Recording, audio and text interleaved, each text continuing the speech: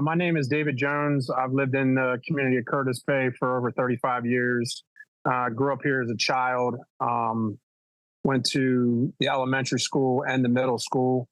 Moved away and then moved back as uh, a young teenager. Got my first apartment in Curtis Bay at 15 years old. Was on my own with me and my wife, and been pretty much living here ever since.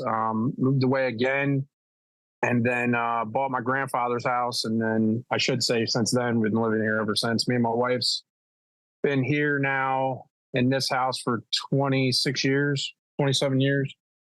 Growing up here as a kid, it was a great place. Very community oriented. Everyone looked out for everyone. Everyone, really cared about the dynamics and the way the community was. The industries as a kid, we really didn't look at them as an issue, because as a child, you don't see those as problems. You look at them almost as they're part of your landscape. And it was kind of a playground for us. We played on the train tracks. We played down by the water at some of these industries at their piers, like CSX. We went down to the coal piers and fished and stuff like that when we were kids. And it was just, it was a good place to be growing up. But then as you get older and you start to learn the dynamics that are actually going on in this community and the effects of what these industries are doing to people. And even as a kid, I kind of knew certain things, but it doesn't really register because you don't really think about it as much when you're a kid. I had friends that were taken away in the middle of the night that lived in Wagner's Point in Fairfield because their houses were bought out by industry because of eminent domain and because industry was more important than these neighborhoods that, were a big part of these industries even being here. It's just hard. I mean, I had an uncle that lived here for 30, 40 years and fought against industry and finally threw his hands up and had enough and left, just like a lot of other people. And it gets like that. I mean, you definitely feel like it's not a winning, fight sometimes. But I've met a lot of great people, a lot of people that have just as much passion as I do, if not more. And we're not going to give up. We're not going to stop this fight. And even if I decide to move away, I will fight just as hard as if I live here, because this place will always be my roots on where I started and where I was born. And, seeing 40 years later, I'll be 44 this year, 40 years later, that these things are still happening and it's been generational. It's disheartening. It really is. My name is Tiffany. I've been a Curtis Bay resident for the past 3 years. I was born and raised in Cherry Hill. Back in the early 2000s, I worked as a teacher in the Head Start at Curtis Bay Elementary, where I taught children who were 3 to 4 years of age, who had severe health problems, mainly asthma, who lived in Curtis Bay. And because of that reason and the air quality that I experienced as a teacher, I back then vowed that I would never live in Curtis Bay. But circumstances brought us here. I ain't gonna say circumstances. God brought us here for a reason. I like the community. I love the community collaborations. It's a lot of great things in Curtis Bay, a lot of great people in Curtis Bay. It's for my oldest child, it's home now. And I say that because my grandmother, who's elderly, I'll be moving her with me soon, and she refuses to live in Curtis Bay. She feel like she made it to 91. She's not going to let this environment take her out, which is sad and unfortunate because, like I said, for me, I live on a nice street, and I like my neighbors. I like where I live, but because of the health conditions that we're fighting to eradicate, she's not willing to live here. But again, I am I feel good about my community because we come together and we're supportive of each other, and we are continuing to battle the hazardous health conditions that we face, that many people like Dave and Angie have faced for over 30 years. Hi, my name is Carlos Sanchez. I am a youth leader in the community of Lakeland, which is a neighboring community in Curtis Bay. Although I was born and raised in Lakeland, I do a lot of organizing in Curtis Bay and in communities in South Baltimore. And hearing, seeing what people have to deal with, and not just in Curtis Bay, but in South Baltimore and all Mount Winans, Lakeland, Westport, all South Baltimore communities. There's something that has to be changed, and it's up to us to work together to accomplish that. My name is Angela Smothers. I'm from Mount Winans, a small community in Baltimore. I've lived here all my life, which is a lot of years, over 50. And as a child, piggybacking off of Carlos, Angie, Dave, and who else? Did I miss anyone? The crew. We're faced with, most of all the same issues. This community is not just surrounded by like one railroad tracks. We're actually surrounded by two. So one end of the community is one set of railroad tracks, and the other end of the community is another railway. So as a child, you hear the talk, you hear the complaints, but you're too young to really understand. But growing up in the community, raising kids in a community, when it's affecting you and you're mature enough to understand what my parents and my neighbors were fighting for, now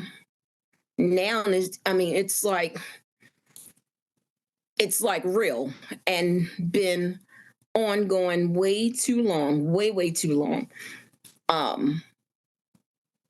I really think, I know a lot of people in the community has passed from, cancer, which we believe it's, it's from the debris of the coal trains passing on both railroad tracks, untarped. It's just about time that they really take into consideration, they have to prioritize human life over profit. And that's been, it's not an unreasonable request that, many people such as myself, not just in this state, but, many states, that these issues are ongoing. And it's really overdue. It's really overdue. Our quality and time span of our lives are definitely being shortened by the inconsideration of, these railways that really don't take our lives, into consideration. And, as a child, I'm sorry, I'm gonna hurry up. As a child, this is not a wealthy community. I had 5 sisters and 3 brothers, so it wasn't as simple as just picking up, going, leaving, because it's a nice community overall. And my parents even loved it, but the community at large just wanted some safety measures put on the transporting of the coal and all the other hazardous material that was transported.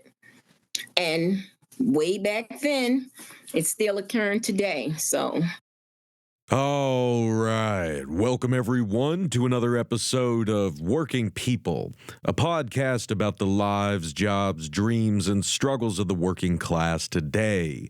Brought to you in partnership with In These Times magazine and the Real News Network, produced by Jules Taylor, and made possible by the support of listeners like you.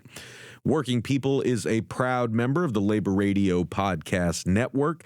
If you're hungry for more worker and labor-focused shows like ours, follow the link in the show notes and go check out all the other great shows in our network. And please support the work that we're doing here at Working People, because we cannot keep going without y'all. Share our episodes with your coworkers, your friends, and your family members. Leave positive reviews of the show on Spotify and Apple Podcasts, and become a paid monthly subscriber on Patreon for just $5 a month to unlock all the great bonus episodes that we publish for our patrons. And please support the work that we do at the Real News Network by going over to therealnews.com/donate and become a donor today, especially if you want to see more reporting from the front lines of struggle around the U.S. and across the world. My name is Maximilian Alvarez, and we've got another doozy of an episode for y'all today. And I'm sure you guys have started to notice a bit of a theme in our episodes this year. From all of the interviews and organizing that we've been doing with residents living in and around East Palestine, Ohio, where, as we know, a Norfolk Southern train derailment last year upended their lives and exposed those residents and their families to toxins that continue to do irreparable damage to their bodies, their environment, and their community, to the last interview that we published with Vina Colley, who has herself been fighting for 40 years to expose all the ways the Portsmouth gaseous diffusion plant in Pike County, Ohio, has been poisoning workers and residents. And that plant was built during the Cold War, all the way back in 1952, to enrich uranium for nuclear weapons and the U.S. Department of Energy's atomic energy program. So that fight's been going on for a long time, too. And, you know, I have admittedly become a bit obsessed with the fact that so many of our fellow workers across the country are basically living in what we have chillingly come to call sacrifice zones. Normally, the term sacrifice zone is used to describe a place where people live that is being polluted by private industry or by government operations, because let's not forget the Department of Defense and the military are, pound for pound, one of the biggest environmental polluters, if not the biggest polluter in the country, along with these other private industries.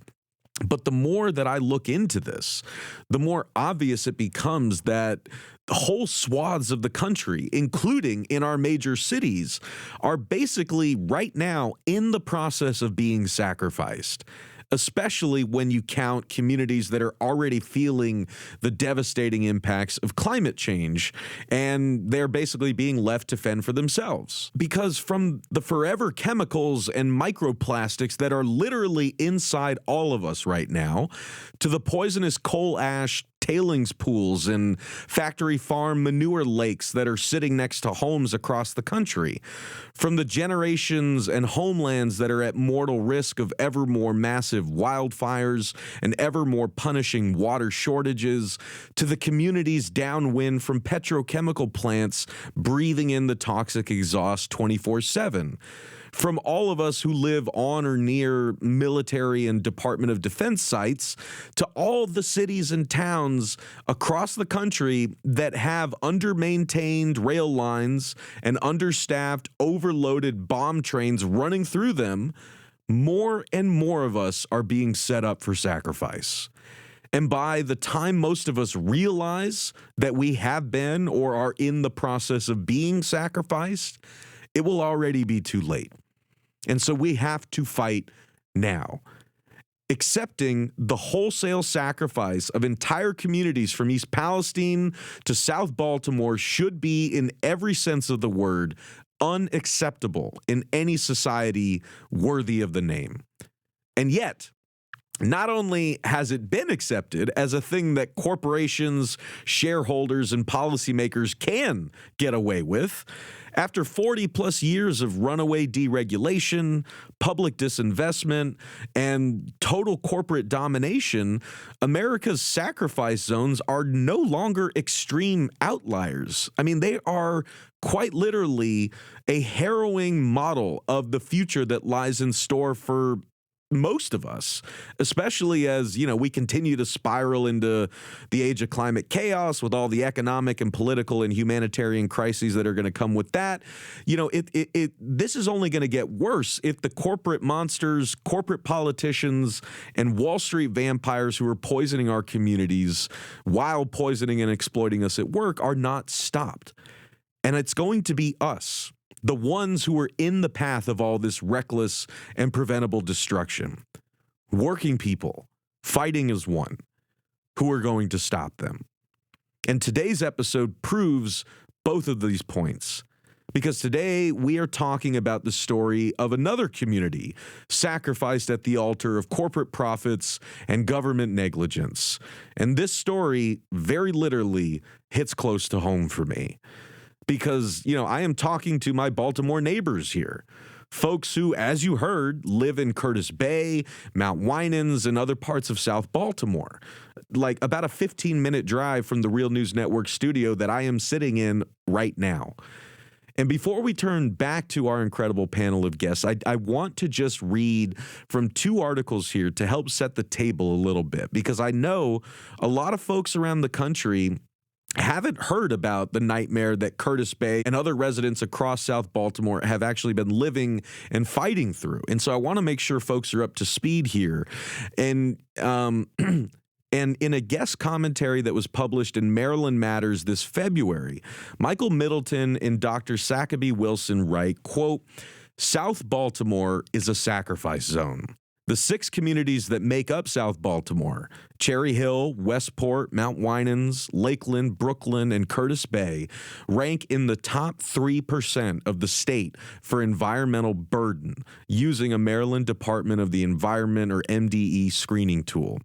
Curtis Bay, the highest in the state, is Maryland's poster child for environmental injustice. Industrial areas near Curtis Bay house oil tanks, a wastewater treatment plant, chemical plants, landfills, the country's largest medical waste incinerator, and more. Heavy diesel trucks frequent residential streets. The Wagner Points and Fairfield communities that were once Curtis Bay's neighbors to the east are gone.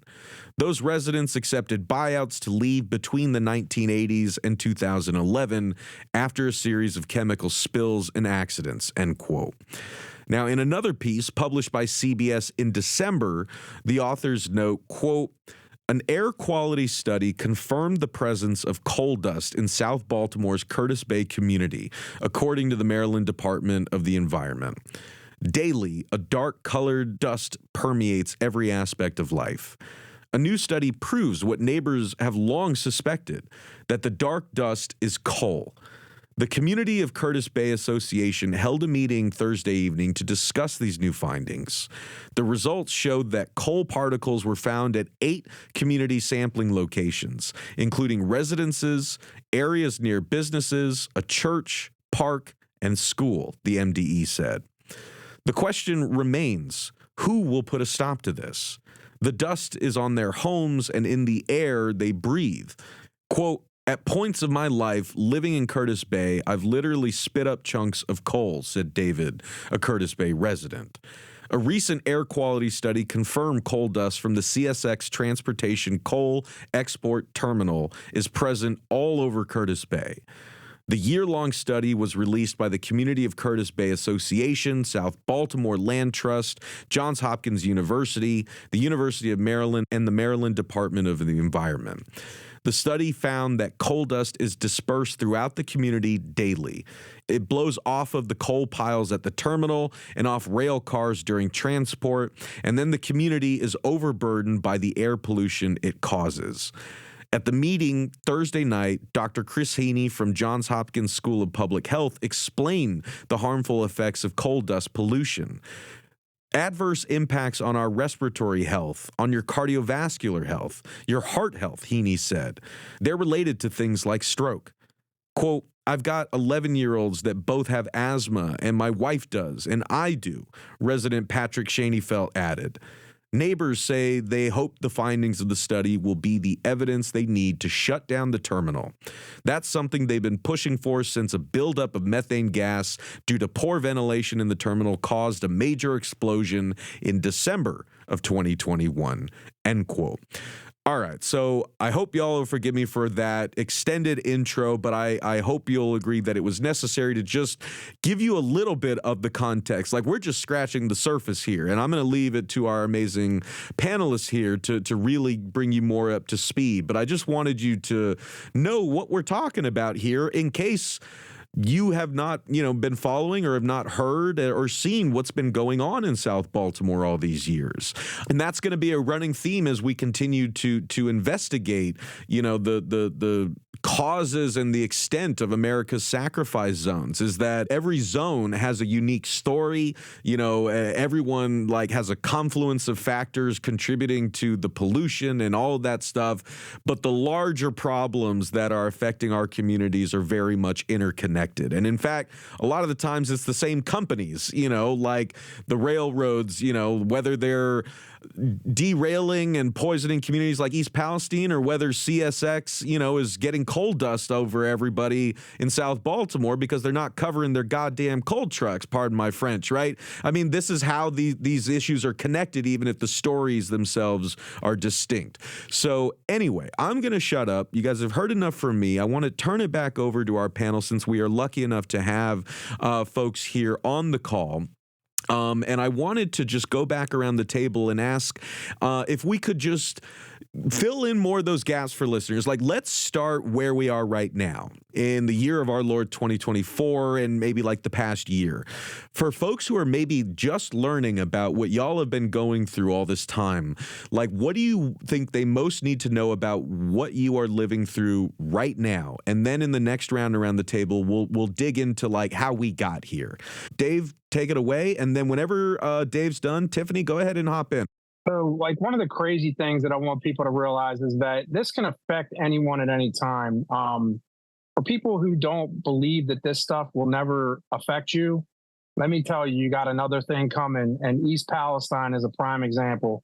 This was a bustling community, thriving community, generational community, very well, put together community, just like a lot of communities out there that are not affected by these things.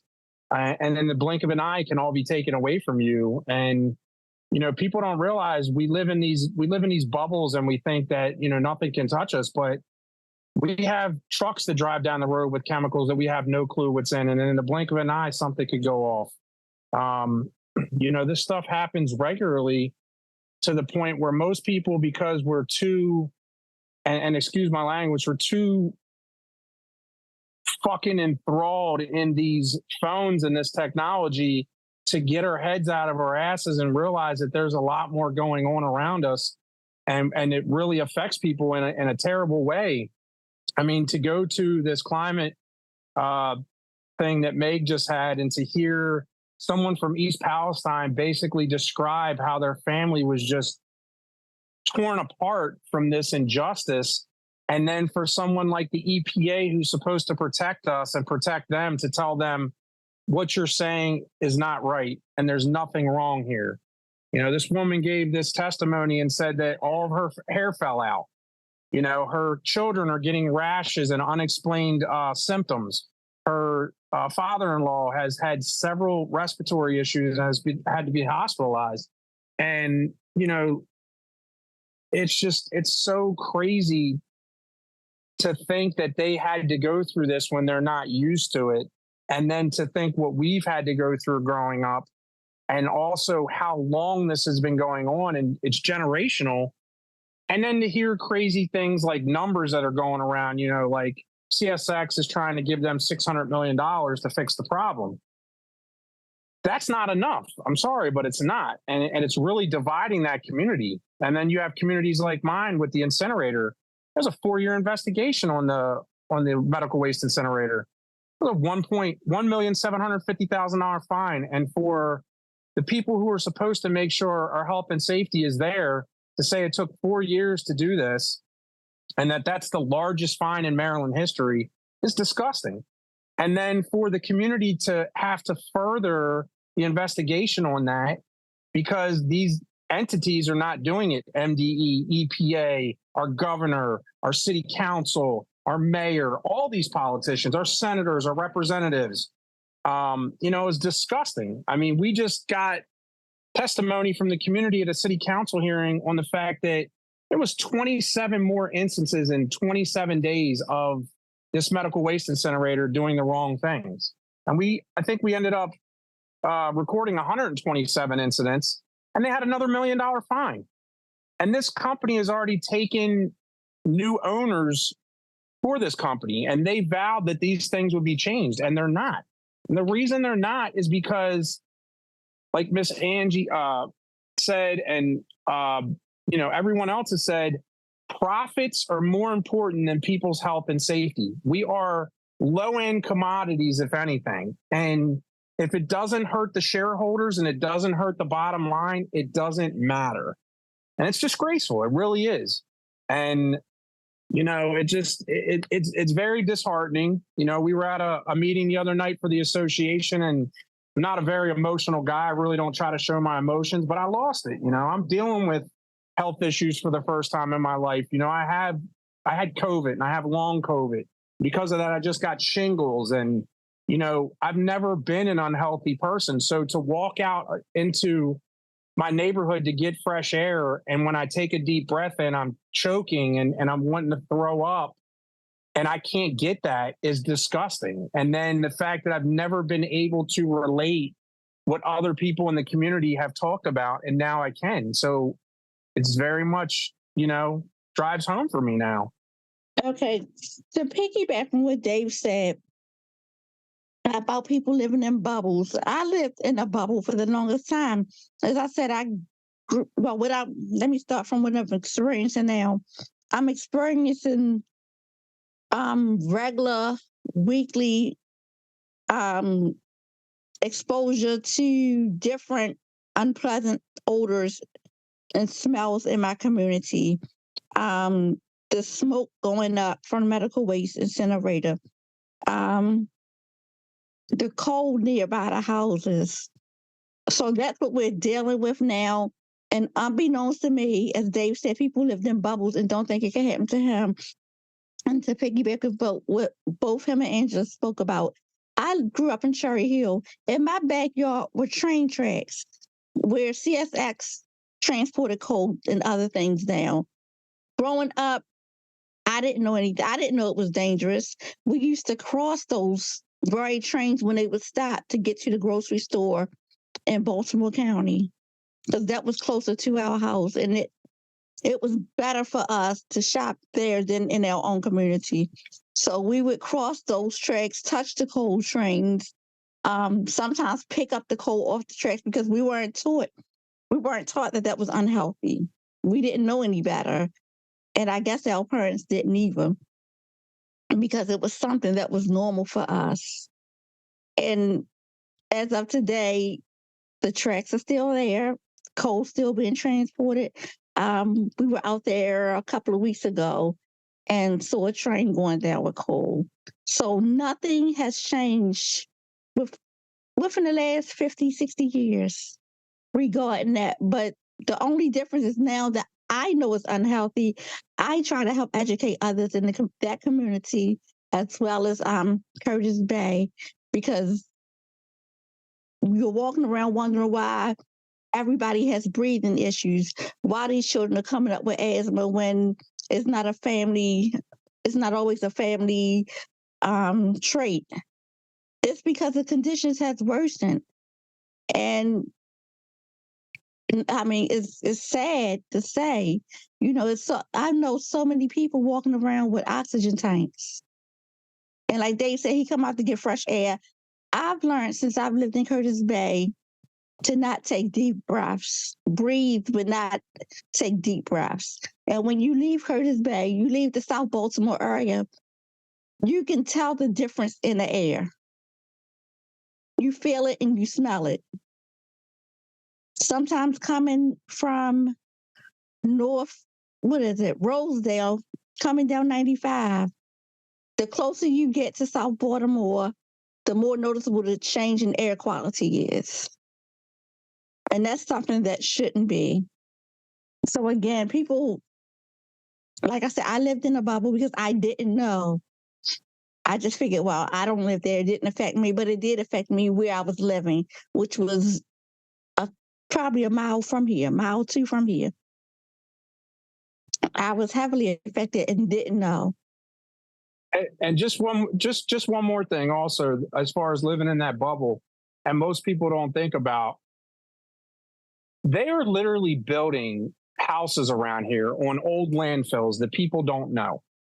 They are literally building multi-million-dollar homes in Pasadena on the Anne Arundel County line that is less than 3/4 of a mile from that medical waste incinerator. They're building these new communities that people have no clue what they are buying into. And this is acceptable. And I just don't understand it. I mean, if you go over, and again, I'm probably going to say it wrong. I think it's Tanya Yard or Tawny Yard or something like that. It's over off of Fort Smallwood Road. There's a huge community. I mean, they've literally built probably more than 2,000 homes over there, if not more. And for these people to be putting this investment into a community that they don't know what is happening is disgusting. Yeah, and just to add on to like what David and Miss Tiffany said so far, it's just it's something like it's going, like, just touch base on what David was saying. It's such a generational struggle. There's been a petition from 11 years ago where the community members from Curtis Bay were having the same issue that we're having now. Coal dust getting into the community. And, in that petition, where we were seeing it, there were stuff that they were asking for that we're asking for now, which were like, some sort of up-to-date system or something to be placed so that coal is not getting into the community. Because there is no safe level of coal dust or particulate matter that people should be breathing in. And for those who may not know, particulate matter is just like super small particles that that you can't see, and that's PM, which is particulate matter, and then there's like different. When you think about the size of the particle, it could be like 2.5, 10, stuff like that. And during that petition, they were asking to be monitoring, to have something to be set so that coal dust is not blowing into the community, and seeing and comparing that to what we have now, which is practically nothing. We can see that those residents were ignored, right? And even though we were presenting this to MDE and people and residents like Dave and Tiffany and everybody in Curtis Bay, they were expressing their concerns because they were living so close to this open air coal terminal, as well as the rec center. There's the Curtis Bay Rec Center, which is one of the very few public buildings in the heart of the community. It's less than 1,000 feet away from that open air coal pile, and that's where people play bingo. They go there to vote. Kids go to play and hang out, and they express their concerns for decades, and yet they were being ignored.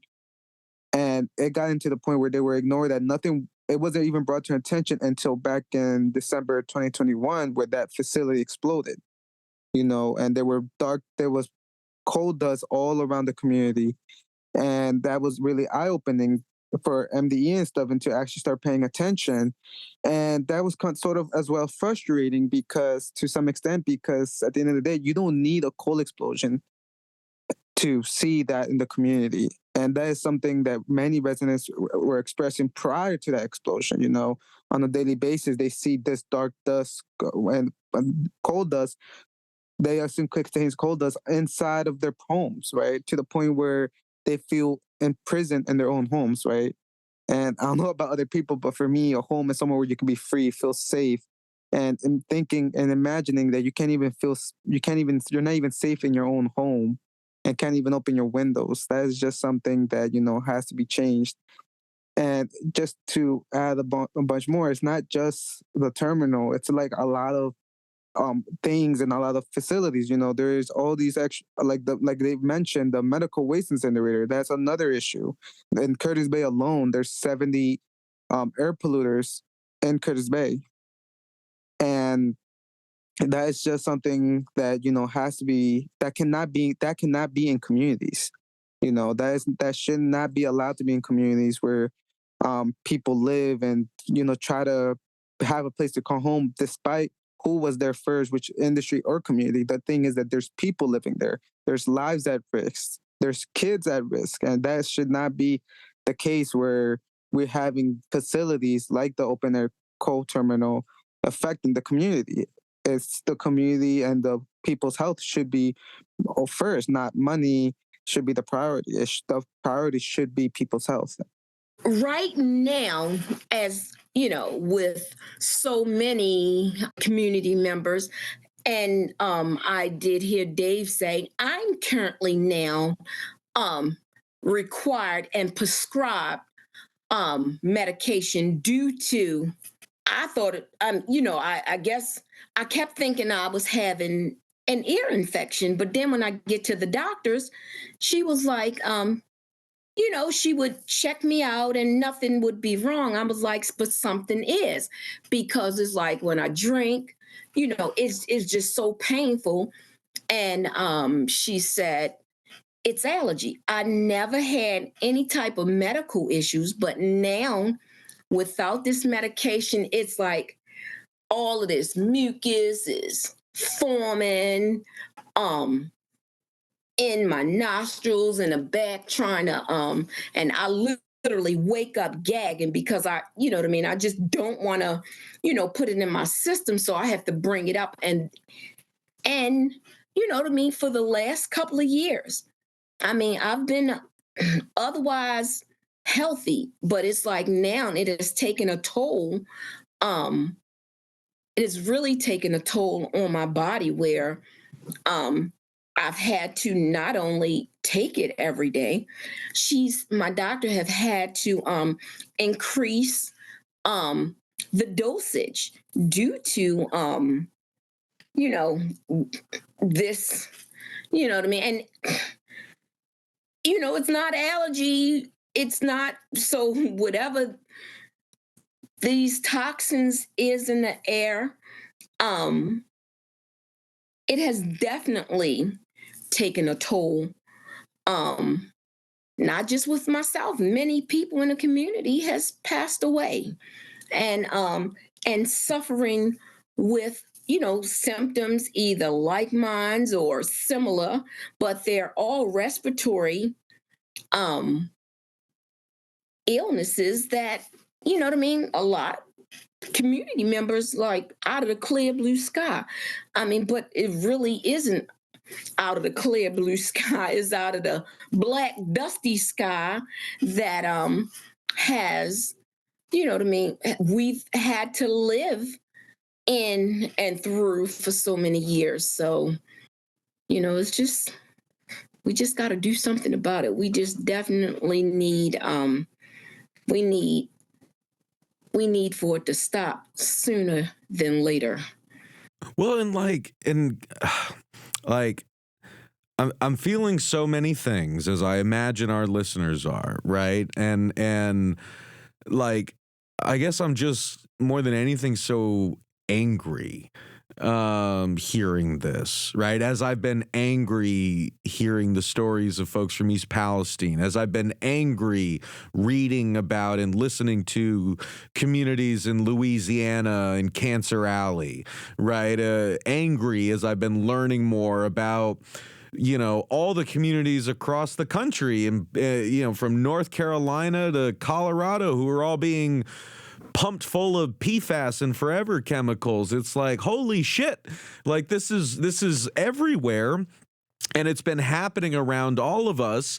And like, I'm angry because I also know the way that our media and that these companies and often our own government respond to these like dire and serious issues that residents and working people like yourselves are raising, right?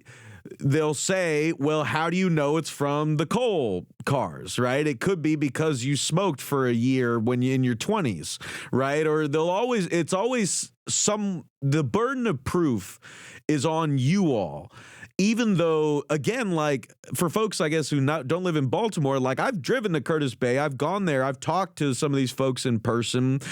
Dave has shown me pictures of the stuff he and his neighbors are coughing up on a day-to-day basis. I've seen those CSX locomotives that go for miles that have rail car after rail car filled with coal and nothing covering it. I've seen the coal dust blowing off of it. That gets in people's lungs. And as we've talked about, it's not just the coal. It's not just the rail terminal. Like, it is a toxic soup of pollutants that are just blasting into homes, into people's faces, in their lungs, into their children's lungs, day in and day out. And like, this is the kind of like the way that like our communities just get gradually poisoned. And then when we start feeling those effects and start trying to raise these issues, it's all a big like, well, you know, how do you know it was this corporation that caused that? Or maybe it's just a family illness that you're dealing with. Like, it's never the obvious culprit's fault. It's always on the residents to do this like painstaking years-long work to prove what we all already know.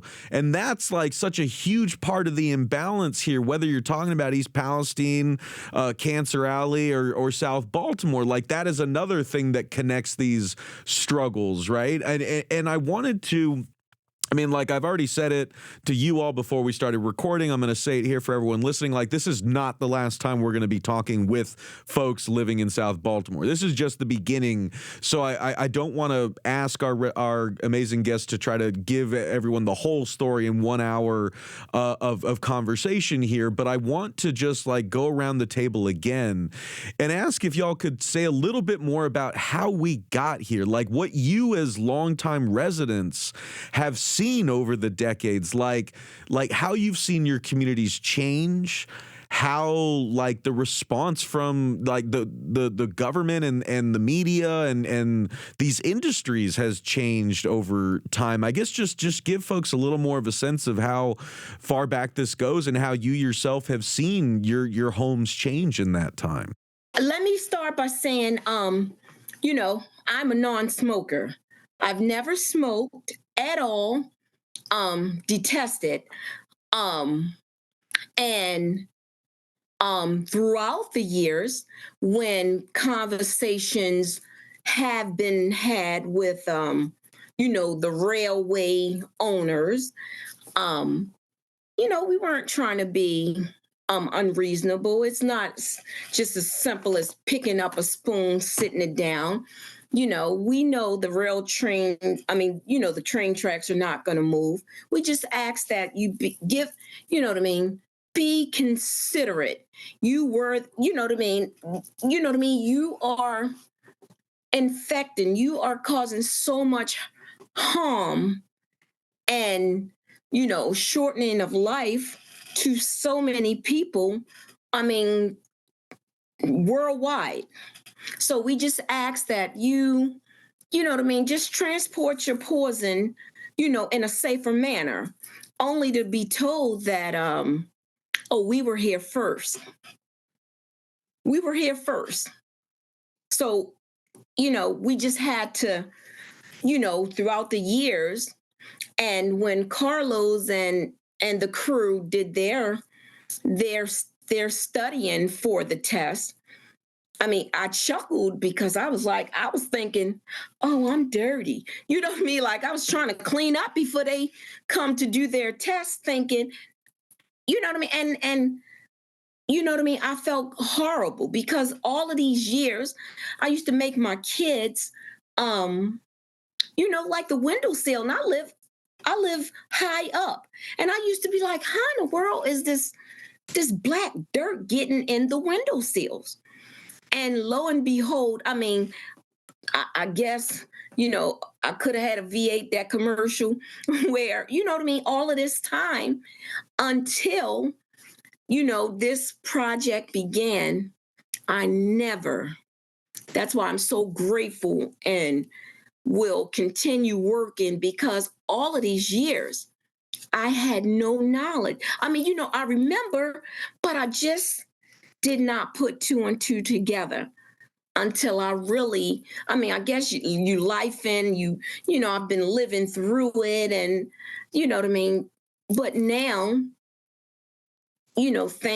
thanks to Carlos and, everyone that, just, pulled me in and made me, you know what I mean? In on the, the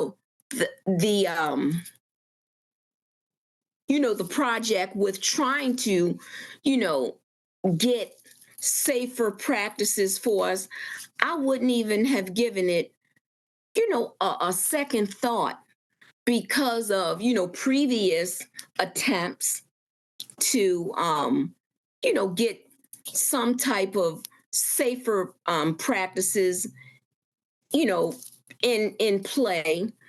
But never would I have even imagined, without the crew that I'm so grateful for and thankful that it's late, but not too late. That I believe, us pulling together, we're gonna get some satisfaction. We're just gonna keep on and keep on, and you know what I mean? I'm just grateful that, it made me realize I wasn't dirty. Okay, go ahead, Dave. So definitely, I agree with Miss Angela. That's how a lot of people feel. Me and my wife, you can ask pretty much anyway. We're like clean freaks. Like, that's just like, because we have to deal with this dirt all the time. It makes you feel like you're kind of a dirty person. And, I get people that come in here all the time. They're like, your house is immaculate. And I'm like, not to us, it's not, because there's dirt everywhere. Like, it's just, you clean your house from top to bottom, and then you come back in a couple of days and it's just dirt again, and there's dust everywhere. And it's so gut wrenching. And it just makes, like she said, it makes you feel like you're just a dirty person. And then on top of that, you ask like how we got here. We got here because these industries, yes, they were here first. I'm not going to say they weren't. Industries were built around the waterways because it was the easiest accessibility for them to get goods to them and to ship their goods.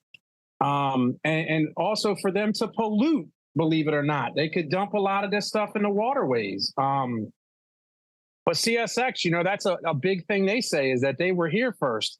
Okay, you were here first, but guess what you brought being here first? You brought people, and you brought families, and you brought generations that built neighborhoods around your industry in order to make your industry successful.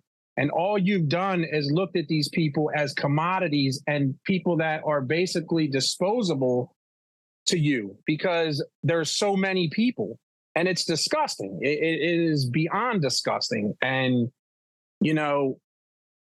to think that this has been going on now just with CSX been here 130 years, so 130 years of disinvestment in a community and just plaguing the community worse and worse. And, I'm 44 years old almost, and I can't even see back 130 years ago. So God knows what they were doing in the beginning stages when they were here to this community, and what that has as an impact for generations to come. Hearing that at some point Grace Chemical was, during the Manhattan Project, they were doing stuff for the atomic bomb, and come to find out that they have radioactive isotopes buried under their plants. You just can't, your mind can't wrap around some of these injustices and how they've just been swept under the rug and kept quiet, and that people think it's okay. I mean, you have Bethlehem Steel's another one. My grandfather worked there his whole life. Same thing, just trying to provide a good, wage for him and his family and take care of his family. He died from mesothelioma from working there, and then for them to say nothing can be built on this property ever.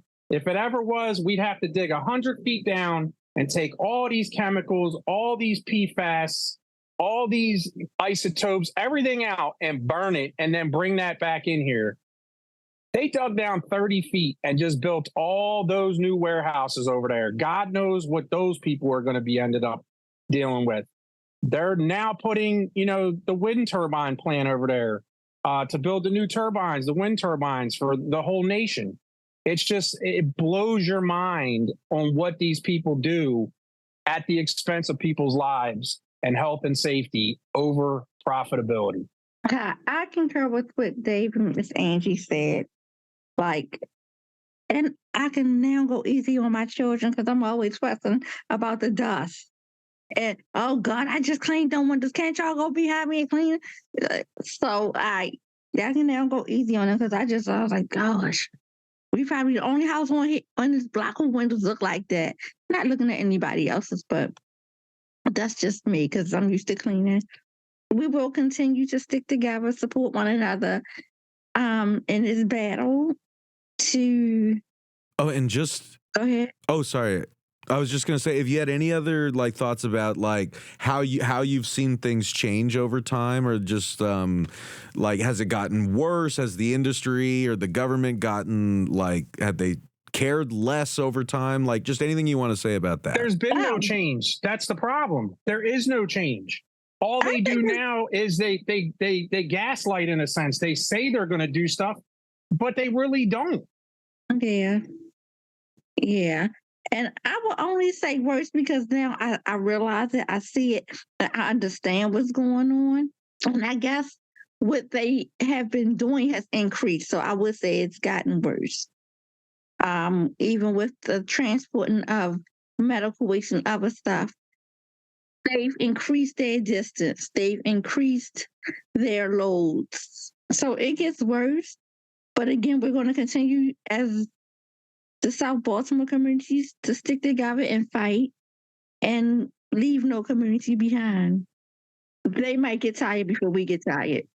Yeah, not much to add to, Miss Tiffany really ended that strongly. I don't know anything else to add to that, but just agree with everything they said. Nothing has been changed, and this fight is long from being over.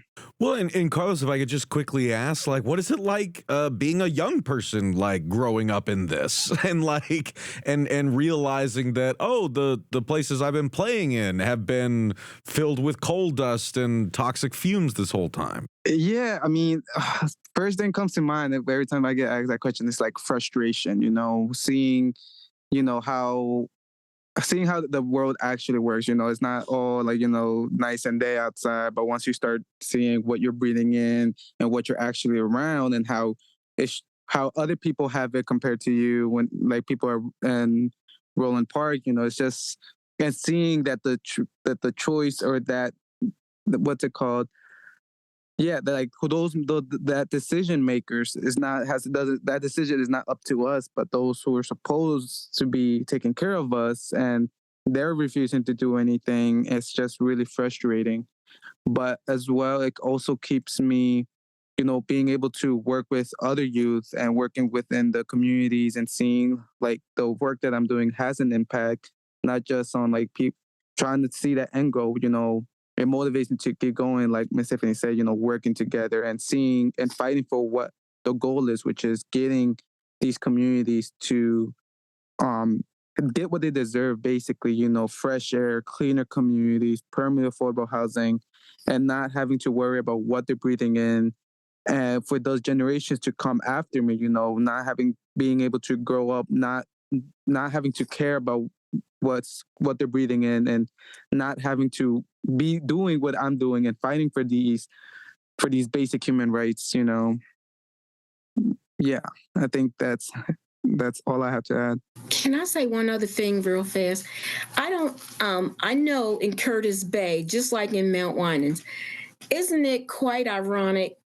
The playgrounds are built right at the tip of where these trains are passing, with this, with their poison.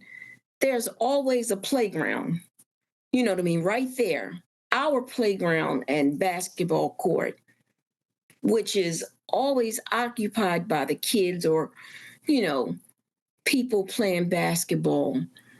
And you know what I mean? Like, I don't understand why. I mean, I'm glad to have the support of some of our community members, but higher up, they need to, stop. I mean, I don't want to misspeak and say that they don't care, but I believe more need to be done to put a stop to it. I mean, you know what I mean, to insist, pull back permits, stop, you know what I mean, fine them, do whatever it deems necessary, because, the cost of what it takes to operate a safer manner, I think, they probably eat that away, you know what I mean, and, and won't even miss it. So, greed, and their profit is sickening, is definitely sickening. Yeah, and it's making all of us sick. Look, even right? sicker, even sicker. Even sicker. Yeah, I mean, like, again, it's like, whether we're talking about industrial pollution, whether we're talking about war, whether we're talking about climate change, it's like the people in charge have our society's foot on the gas, going in the wrong damn direction, while we're all screaming, hey, we need to be going that way, right? We need to be cutting this stuff back, not doubling down. And like, that's why we all need to be involved in this fight. That's why I'm begging folks listening to this, don't just hear this as another sad story that's happening somewhere else where you don't live. I need you to see this and understand this as a fundamental and unforgivable injustice that is being done to our fellow workers. For that reason alone, we should care and we should be involved. But also for our own self-preservation, for the preservation of our own children and their planet, right, that they're going to be living on. Like, we all need to be getting involved in this fight, because this is where we are all headed. This is where working class communities across this country and across the world are headed. And like, we need to stop this freight train, and the people in positions of power are not going to do it on their own. CSX, Norfolk Southern, Washington, the legislators in Washington or Annapolis, like, they're not all going to just give us the world that we want and deserve, clearly. Like, so we got to fight for it, and we got to fight together, and we got to bring our struggles together and fight as a coalition of the forgotten communities of this world, saying we will be forgotten no more. Your fight is our fight. And on that note, I've kept y'all longer than I said I was going to, and I want to be respectful of everyone's time. And as I said, we are absolutely going to do more conversations on this show with folks in Curtis Bay, across South Baltimore, including folks on this call. So yeah, please, you guys, stay tuned. We're going to have more for you. But while we wrap up this episode, I just wanted to go around the table one more time quickly and ask if y'all could say, again, if you have any kind of final parting messages to folks listening to this, what you want to impress upon them about what y'all are going through, and why folks listening should need to care about this and get involved. And also, are there any concrete things that people can do right now to help? Like, what can folks living in and around Baltimore do to help? And what can folks around the country do to help? And then we'll close out. Okay, for one, they can encourage their local hospitals to not send their medical waste to Curtis Bay and have it sent somewhere else or away from our low-income Black and brown neighborhoods. They can help just support us in our fight to end coal, and again to encourage their hospitals to send their medical waste elsewhere and write other hospitals that's not even in our state to stop sending their medical waste here because it's killing our residents, it's hurting our children, and it's harming our environment. I think number one for me is that people need to get their heads out of their asses and they need to learn how to educate themselves on the demographics of the people who they're voting into these positions of power, who do not care about us. They only care about themselves and forwarding their careers and their special interests. And when I say special interests, I mean industry, because that's who they work for. And I'm going to say something right now, and I truly mean this, and I might only be speaking for myself, but for me and my community, we're not looking for people to feel sorry for us. That's not what we want here. We want people to just understand that this is generational. People have built lives here. And for people like one of our incumbents who's trying to be reelected, which is for Sheila Dixon, to say that, she's for the people and she wants to change, the dynamics of Baltimore City and South Baltimore. And for her to say recently at a meeting she had with some South Baltimore residents, basically when asked, what would you do to help with the disadvantaged, issues of industry and other things in the community of Brooklyn and Curtis Bay and other communities of South Baltimore, for her to say these communities should just move, is disgusting. And, it's not that simple. How would you like to work your whole life to live in a place like, again, this is not only my house, but this was my grandfather's house, and then put all this investment into it and then be told that you need to just move and get pennies on the dollar for your house? If I lived anywhere else in the city, if you took this house and you put this house in Fed Hill that I live in, it would not be worth $100,000. It would be worth $500,000. And it's disgusting. And then we have, investors coming around here trying to buy these properties for pennies on a dollar to hold on to them so that when industry does encroach, they can get big payoffs. It's disgusting. So again, don't feel sorry for me. Don't feel sorry for my community, because I need you to realize that this could happen to you at any moment or anyone you love. I'll piggyback off of Dave. I don't want anyone to feel sorry for me. Or this community. Just support us. I want more community members. I know they're tired, from the, from the years of, requesting and doing what we're doing now. But you've come this far. You're still here. As long as you have breath in your body, don't give up. Join the fight, because, the more of us speak out, tell our truths and our, what we're experiencing while we're here, how many people we've lost. We just have to keep fighting. It didn't happen overnight. And you know what I mean? We're just going to keep pushing forward until we get resolution. We have to. And we just need everybody to understand, if it's not happening to you, if you're one of the fortunate that do not live in an area that is, subjected to, what we're being subjected to, just, do a family trace and, somebody in your family, if not yet, just wait, they will. So don't wait until, that happen. Anybody can see that we're suffering, and we're, anybody that's not choosing to put profit over people realize that this is a request that is plaguing so many people. And if ever you had to fight for anything, this is a cause that is worth fighting for.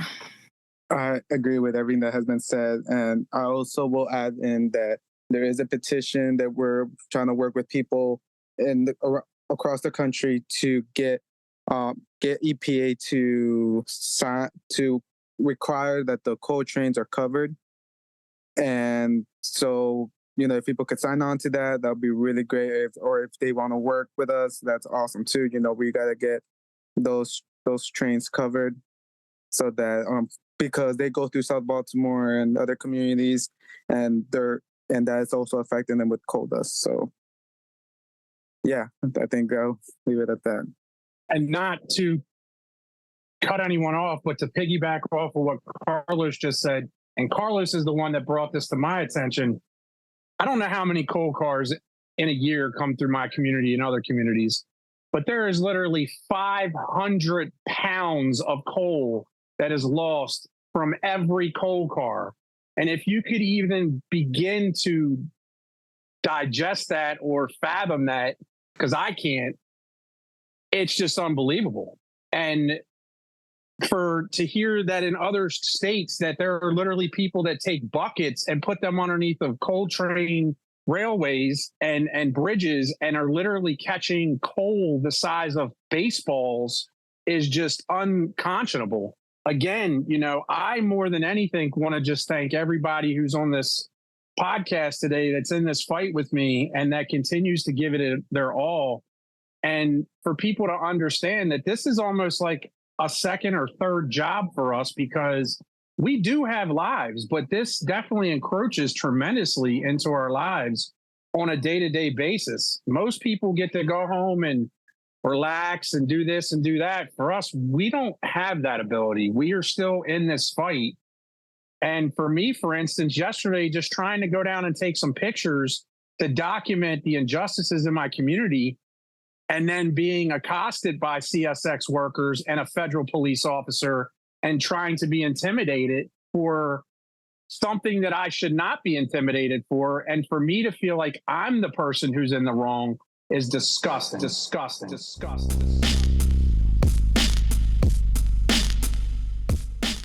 All right, gang, that's going to wrap things up for us this week. I want to thank our amazing panel of guests from across South Baltimore: Dave, Miss Angela, Miss Tiffany, Angie, and Carlos. I also want to thank the brilliant and amazing Nicole Fabricant for putting us in touch. Shout out to Nikki. And as always, I want to thank you all for listening, and thank you for caring. We've got more coverage coming your way on the industrial sacrifice zone that South Baltimore has become, and about the working people living in these communities who are fighting back. But follow the links in the show notes if you want to learn more about this story and about how you can get involved in that fight. We'll see y'all back here next week for another episode of Working People. And if you cannot wait that long, then just go subscribe to our Patreon and check out the awesome bonus episodes that we've got there waiting for you and our patrons. And go explore all the other great work that we're doing at the Real News Network, where we do grassroots journalism, lifting up the voices and stories from the front lines of struggle. Sign up for the Real News newsletter so you never miss a story, and help us do more work like this by going to therealnews.com/donate and becoming a supporter today. It really makes a difference. I'm Maximilian Alvarez. Take care of yourselves. Take care of each other. Solidarity forever. When my face you no longer see, I live on, yes, I live on. Wherever we go, we are going to roll the Union on a song. I live on, yes, I live on. Wherever hungry are we. Just as hungry can be. The song, I live on. Yes, I live on. Where mean things are happening in this land, it's read or sung, I live on, yes, I live on. Wherever the book mean things are happening in this land is read, I live on, yes, I live on. Wherever the videotape of me is shown, I live on, yes, I live on. If I have help to make this a better world to live in, I'll live on, yes, I'll live on. When my body is silent and in some lonesome grave, I'll live on, yes, I'll live on. When my songs and poems are read, I live on, yes.